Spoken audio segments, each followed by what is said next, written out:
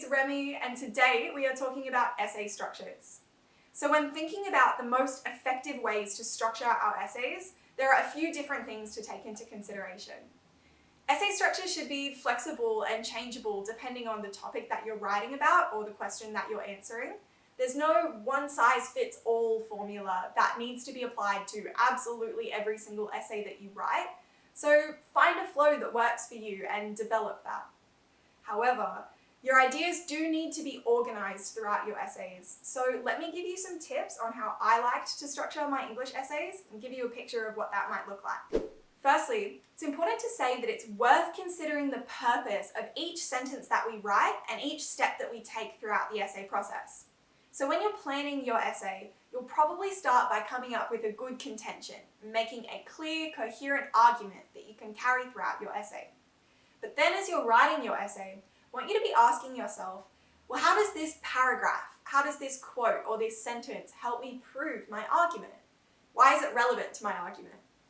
Good essays constantly try to prove to the marker that not only do you understand your text, but that each word you've written is important and useful for helping you answer the essay question. Okay, let's jump right into it. Introductions. This is the first thing that your marker reads, so you want to do it well. You'll start with your contention or your thesis statement, and this can be about 1 to 2 sentences depending on how complex the idea that you're unpacking is. So here, you want to summarize exactly how you're responding to the essay question and what you're talking about in this essay, but crucially, your contention should be making some kind of argument about your text or sharing some kind of insight about your text.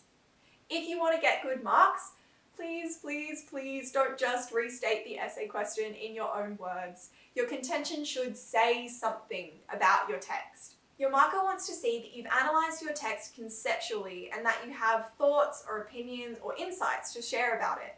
So it's really worth taking your time here. Read the essay question and carefully consider what argument you want to make in this essay and how you can articulate it most clearly. Next, what I like to call the context sentence, though this is optional.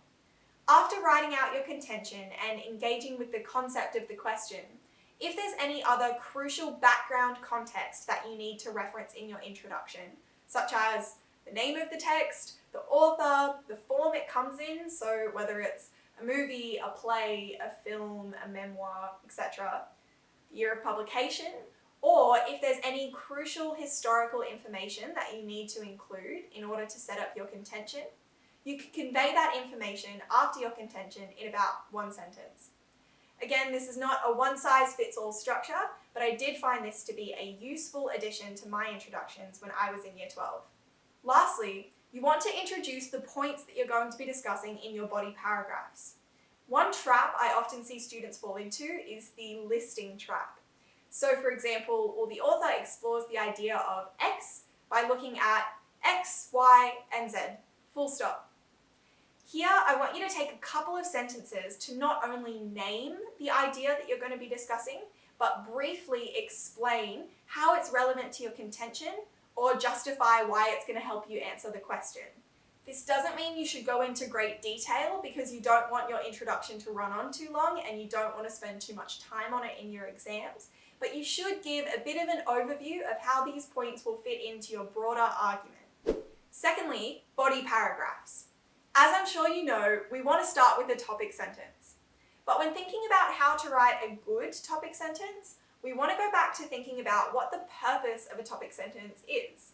So yes, firstly, you do want to introduce what you're going to be talking about in this paragraph. You're just telling your marker what this paragraph is about. That's important because you want to show that you've got a clear structure to your essay and a clear progression of ideas from one paragraph to the next. But it doesn't end there. You also want to use your topic sentence to explain to your marker how this topic is actually relevant to the essay question or relevant to your overall contention. Next, another optional context sentence. Sometimes it can be really important to discuss the historical context in which your text was written or published. It can be really difficult to answer an essay question properly unless you've unpacked the historical ideals or values of your author.